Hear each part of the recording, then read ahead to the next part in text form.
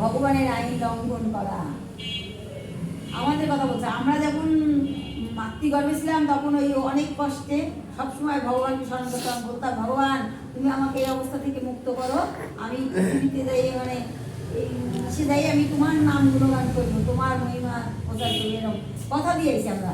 কিন্তু মাটিতে পড়ার সাথে সাথে আমরা যে ওই যে ওয়া করে কায়দে উঠি, তারপরে আমরা এই মায়ায় আবদ্ধ হয়ে যাই, ভগবানের কথা ভুলে যাই। তাই বলছে নির্বিশেষবাদীরা জানে না যে ভগবানের নিত্য দাস রূপে আমরা ভগবানের নিত্য দাস।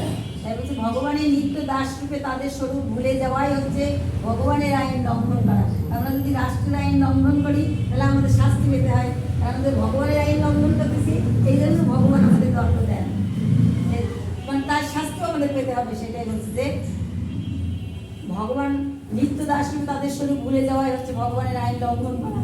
জীব যতক্ষণ পর্যন্ত তার স্বরূপে অধিষ্ঠিত না হচ্ছে ততক্ষণ সে পরমেশ্বর ভগবানকে জানতে পারে না, অথবা দৃঢ় সংকল্পের সঙ্গে দিব্য ভাগবত সেবায় নিয়োজিত হতে পারে না। বলছে জীব যতক্ষণ পর্যন্ত তার স্বরূপে অধিষ্ঠিত না হচ্ছে, মানে আমার এই স্বরূপটা মানে আগেই বলছে ধর্মের জানার আগে বলছে তুমি নিজেকে জানো, তুমি নিজেকে জানো, আগে নিজেকে জানো তারপর তোমার এই ধর্মপথ অবলম্বন করতে বলছে। তাই বলছে